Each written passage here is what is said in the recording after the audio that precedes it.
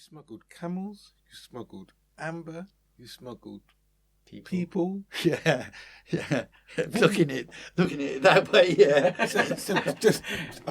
This is what you've done, right? So I'm just curious, in your mind, what's the strangest thing that you've had to smuggle? Because for me, all of those are up there.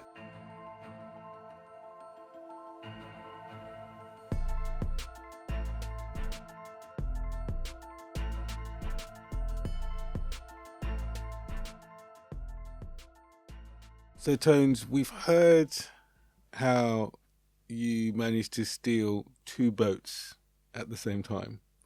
And I believe you now have a story about someone who is called Jack Two Boats. What is it about 2 boats and pirates? Tell us more. Jack Two Boats. Well, first of all, his real name was Jacques, which is French, because he was French. He lived in Ramsgate, and the local people called him Jack the Frog because he was French. And how did he feel about that nickname? Well, we will leave that. It was just normal. That was kind of normal. You know, English people are like that, aren't they? But Jack Two Boats is literally the right title for him, because he, in the 60s and 70s, he was the number one people smuggler in the UK. He never smuggled people into the UK. He smuggled people out of the UK. And people who want to be smuggled out of the UK have obviously all got their own stories.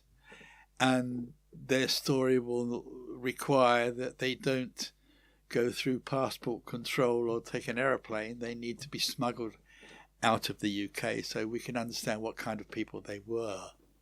Can you give us just a sense? Are there, obviously these things are very delicate, but is there any information you can give us about the types of people? I'm not in the people smuggling business, right? Either people smuggling people into a country or out, right? So, like, in my mind, right, I'm like, okay, so if you're being smuggled out of the country, there's all sorts of reasons. You could have, you could have murdered someone, you want to get away with it.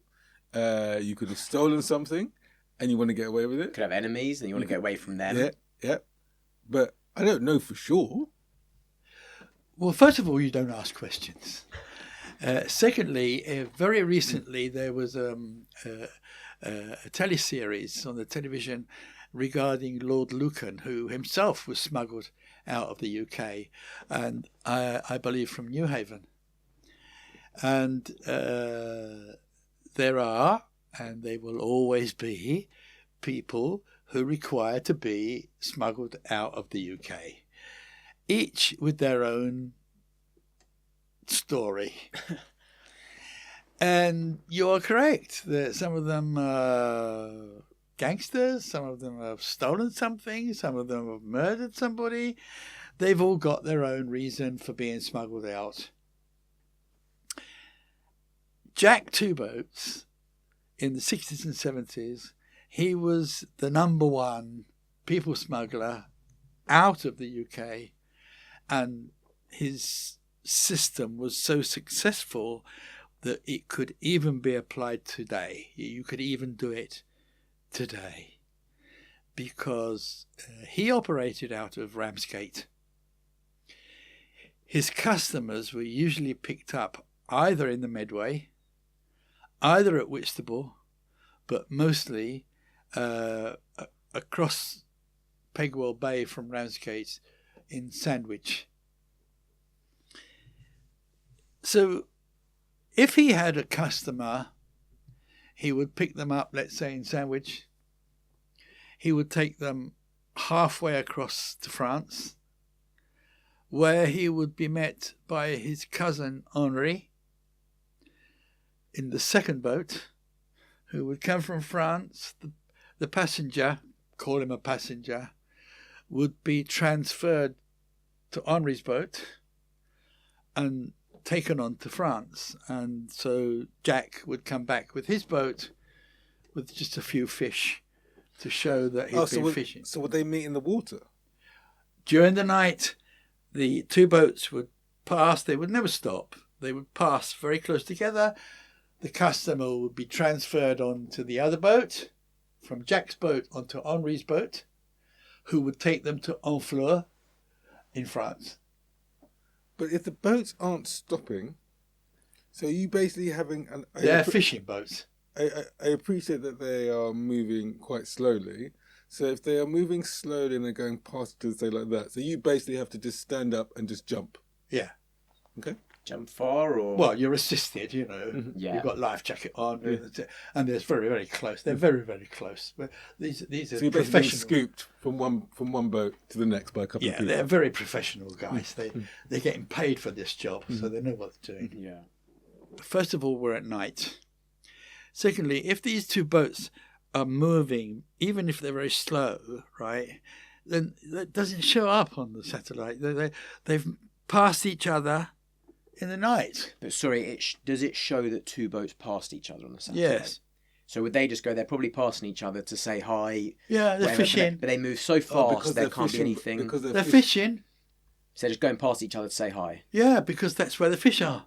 And again, not knowing from either side of this, if I was investigating and looking out and I saw two boats passing each other, could I go, they might be passing something over, but would I then think it's a product as opposed to a person? Well, you could. You could, but you said wouldn't. they come back with some fish just Because in case. all the eyes, 100% of the eyes that are looking for stuff that's coming in.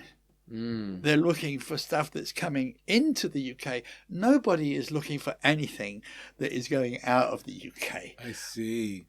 And when you've spoken about this before, you mentioned a lot about the pick up a couple of fish so that when people come back, is that the reason to come back to go, well, here's my fish? I was just... Yeah, I only got 6 or 7 cod, bad day. You come back extremely slow. Yeah. And you've got all the lines out. So you're going to catch something. And as long as you come back with something, you're 9 times out of 10, or even 99 times out of 100, when you come back in, no one's going to stop you. No one's going to check you. But if they did, there's a bucket of fish. Yeah, yeah. And there's no people on the boat. So you haven't got any cigarettes, you haven't got any whiskey, you haven't got any people, so everything's cool. My question is this: how does Jack Two Boats know that you are the best person to help him if he needs an extra person? Well, in those days, we all knew each other, and you do. Someone will say, oh, I need somebody. Oh, well, I'm busy. Get in touch with Tony in Hull or something. You know, it's word of mouth, because we didn't have cell phones in those days. And you have to go to the telephone box and dial a number. It was all... Is that word of mouth through doing jobs together? I know you've mentioned before that after Spurn Beach... I was doing a job in the Medway. And I was doing this job, a legal job in the Medway. And the guy came to me and said, I've just been contacted by Jack Two Boats. And I said, yeah. He said, he's looking for... Could you give him a call? So, yeah, I give him a call. He said, I've got a job. All right. If Jack had one customer, he'd do it himself. If he's got 2 customers, he wouldn't. He'd need somebody else on board. Why? Well, one, he's doesn't like to be outnumbered, and 2, it's a transfer 2 people is a lot more difficult than transfer 1 person. So you need 2 people on the boat, because not only have you got to assist the transfer, you've also got to drive the boat. And I suppose it sounds very, big-headed, I suppose, but I was probably the best at that time to drive the boat. Because that's something as well that I wanted to ask is, and you've mentioned this in previous conversations and episodes of, I think one of the most unbelievable things about you is your confidence in situations which to us sound terrifying. So knowing that in theory, I know you don't know what these people do, but you know if they want to get out, there's an assumption there could be some quite dangerous Well, people. the number one rule with Jack, and he was the best. There was nobody could touch him. Was once the customer is on board, stumm. No one speaks. Don't want to know their name. You don't want to know why, where, nothing, zero. You just complete total silence until the job is done. So I arrive in Ramsgate, and Jack, he used to, his partner was a landlady of a bed and breakfast, the old-fashioned Victorian 5-story buildings here in Ramsgate, and she owned one of these. And I used to stay there free of charge. Lovely place. And I got there a couple of days early, and he said, "We've got a job, and we've got these 2 customers, and we've got to pick them up in Sandwich." So the evening comes, off we go to Sandwich, about 5:30 in the afternoon. It was still light. Get across Pegwell Bay into Sandwich, into the River Stour. And he will wait no more than 3 or 4 minutes. If the customer's not there waiting, he'll turn around and go. He's not going to stay there. And we get there, there's these 2 customers. They get on board. Immediately you could see that these were East End of London gangsters. You could see just by looking at them who they were. And they got on board and they started talking. Shh, quiet. We don't want to know. Quick question. Again, back to the confidence thing. Big, tough East End gangsters start talking. Are you psyching yourself up before you go, shh? Or is it your confidence in knowing that they need you that enables you to boss them around a bit? You're their last choice. So without you, they can do nothing. So you know you can go shh to someone that probably hasn't been told shush for absolutely. many years. Absolutely. Yeah. Yeah. Yes, absolutely. Off we go, and it's only in the last 25 minutes we've got Henri on radio, and he's about 10 minutes late coming in. So we've got fishing lines out, because the more fish you can catch, the better. And at that point, these 2 gangsters started talking, and we don't want to know, but they insisted. We're halfway across the channel, and they really want to talk. And the story comes out that the reason they are there is because 3 years earlier, Jack had taken somebody across who was part of a jewellery gang, a gang of jewel thieves.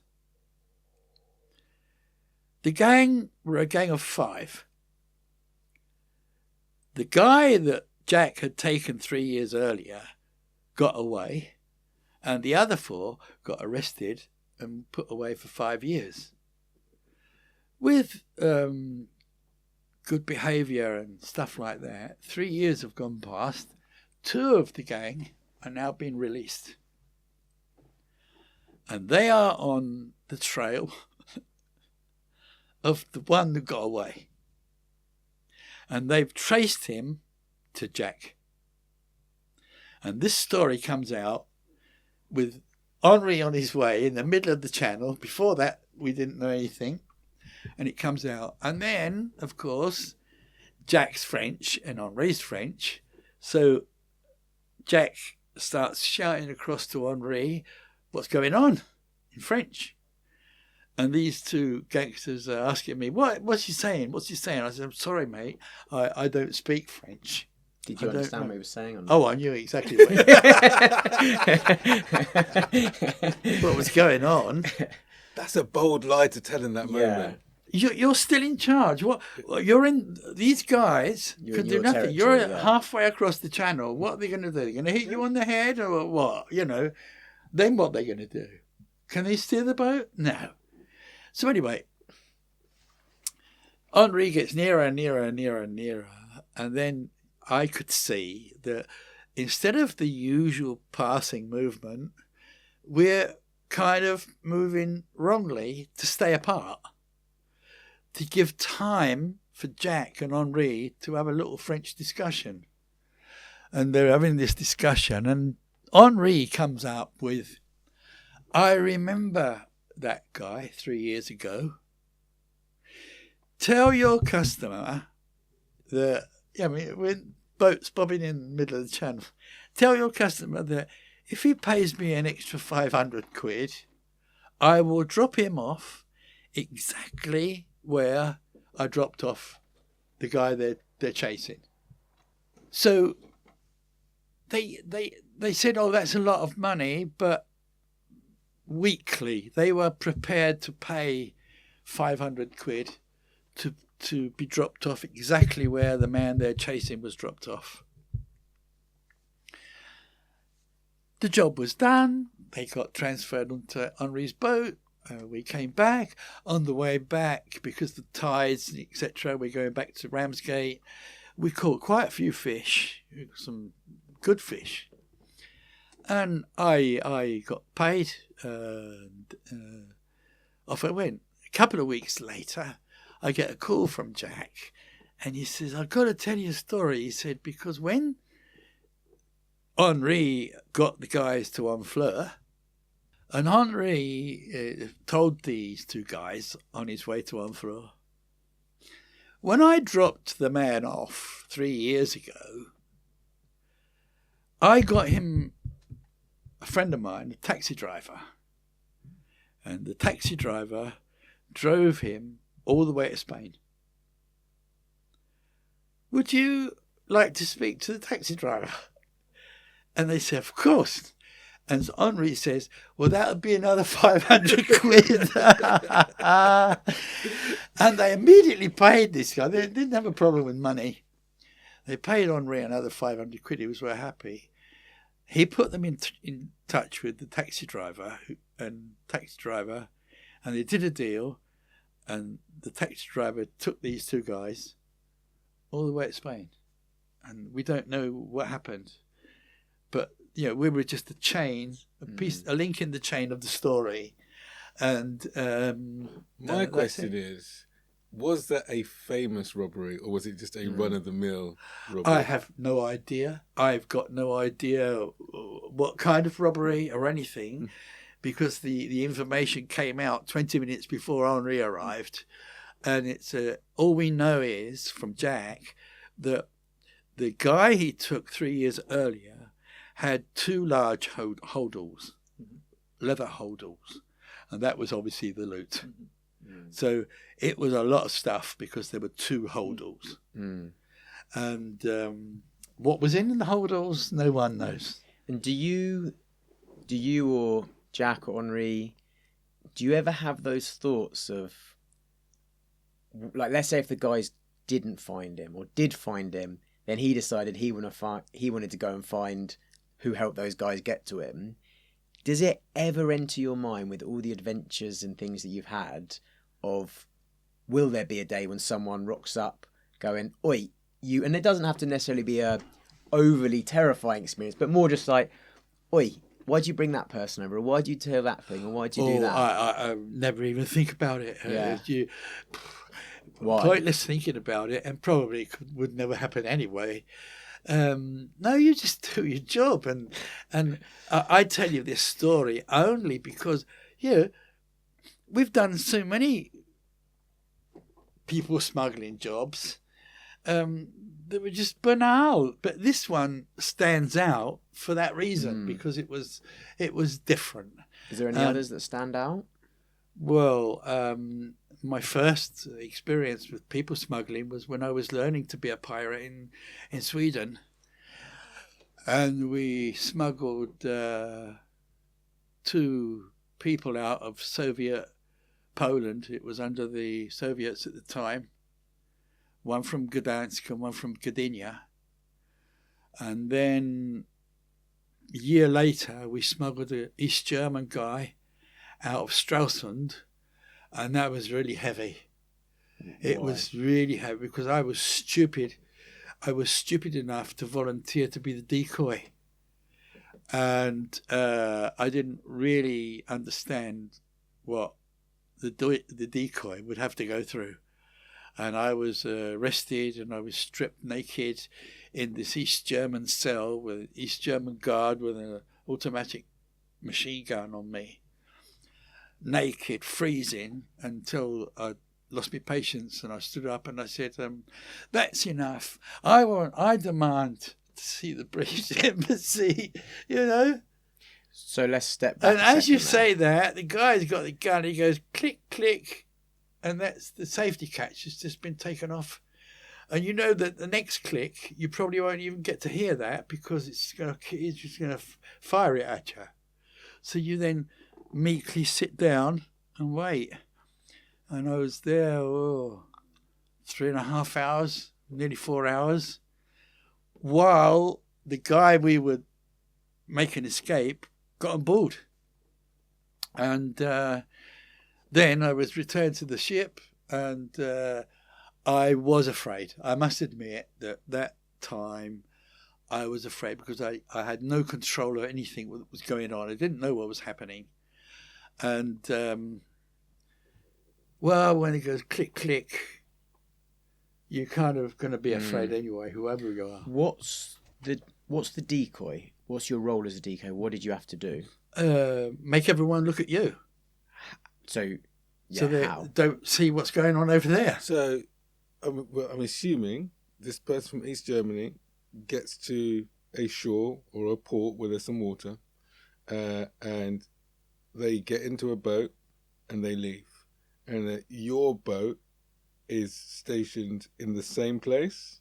Yeah. And then so basically one of you is going sort of left and crudely and one of you is going right. No, and the guy, make sure the people... The guy swam. The guy swam to our ship. Mm-hmm. From in there. He was dropped at a certain area where the boat couldn't go any further, otherwise the alarm would go up and there'd be searchlights on. I mean, this is a really bad period. There were searchlights all kinds of shit was going on. So he was dropped in the water and then slowly under the water, he swam to our ship where we had already left rope. And he climbed up and got in the waste bin. You know, on the back of most ships, there's a 45-gallon drum, which is used for waste. So the cook throws all the stuff in there, potato peelings or whatever, go in there. And then when they get to sea, they empty it.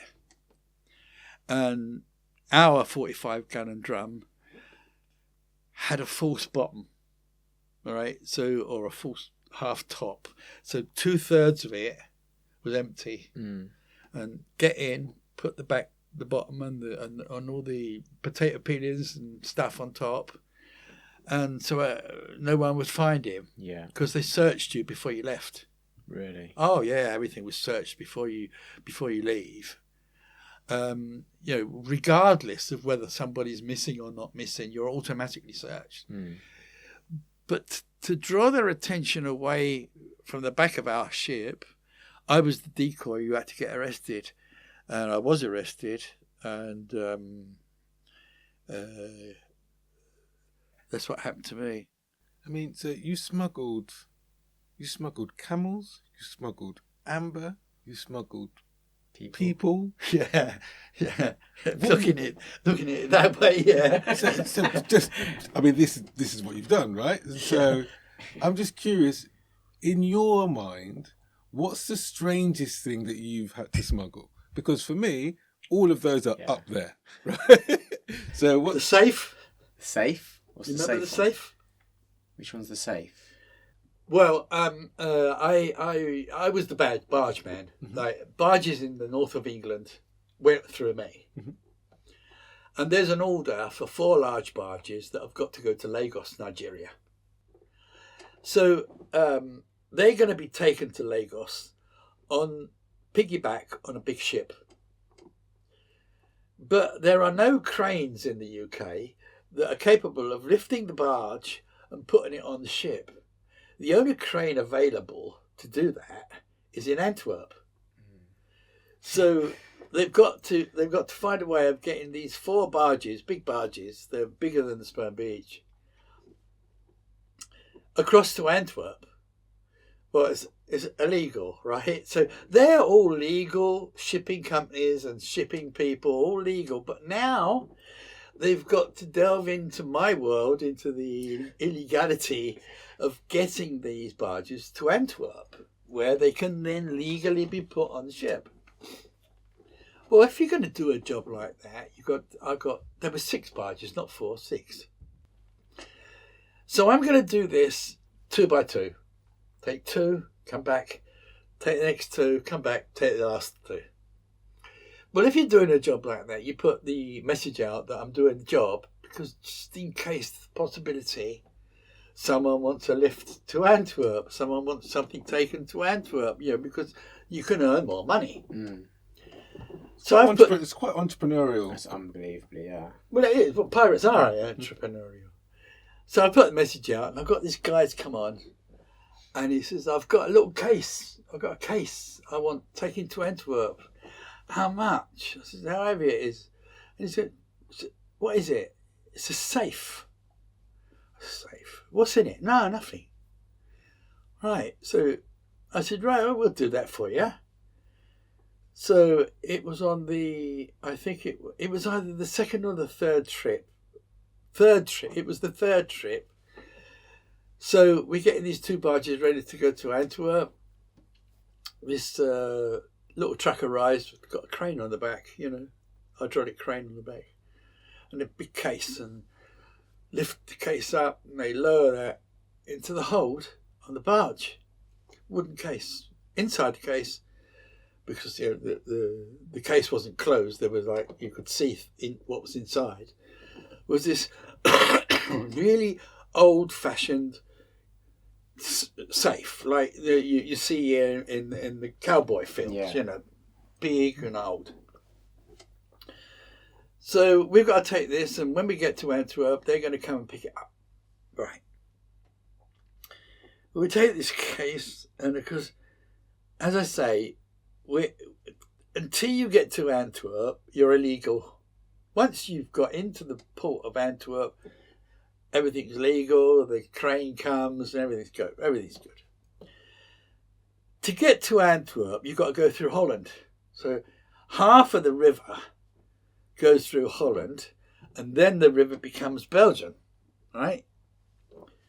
So the first 2, straight up, no problem. There's the Dutch police watching us go by. Oh, that's easy. Second 2, the Dutch police come out in the launch. Where are you going? What's going on here? Right? But we get through.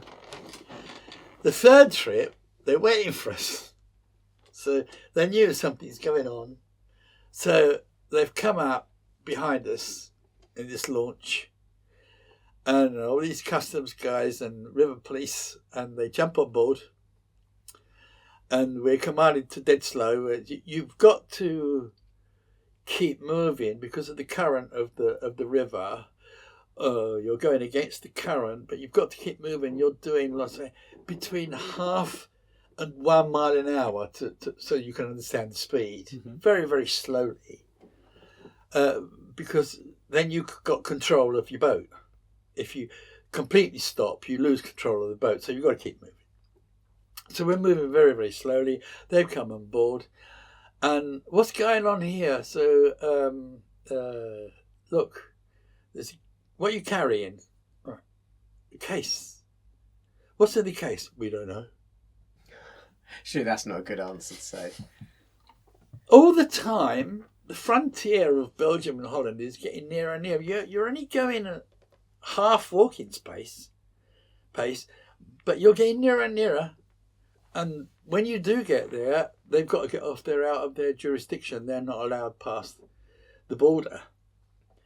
So this customs officer, he knows this. So he's asked for a crowbar. He's got a crowbar and he's ripped open this case badly, in anger kind of thing. And he said, and there's the safe. And he's managed to open the safe. And it's empty. There's nothing in it. And it's painted black. And nothing in it. And he's got off just in time. But while in his anger he's ripping the case off the safe, he's hit the safe several times with a crowbar. So when we've got to Antwerp later on, the truck arrives with the crane, and it's the sun's going down. Still sunshine, but it's going down. And as they lifted the safe in the case out of the barge, the sun hit it, and where the crowbar from the customs guy had damaged the safe, I looked, I said, hold on a minute. I scrambled out and up as it was being put on the lorry, and it was gold. The safe was gold. This was a safe made of gold, painted black and brassy colours, you know. But where the guy had hit it with you could see that it was, you know, and the shanks on it, it was gold, made of gold. And I was really unhappy because I said, well, I valued it at many thousands of pounds. You know what it is. And all I got was about 150 quid for doing the job. And I was really unhappy about that because it was a lot of money, this safe. Everything you know about pirates, everything they've showed you in the films, in the history books, and all the specialists who know everything about pirates is wrong.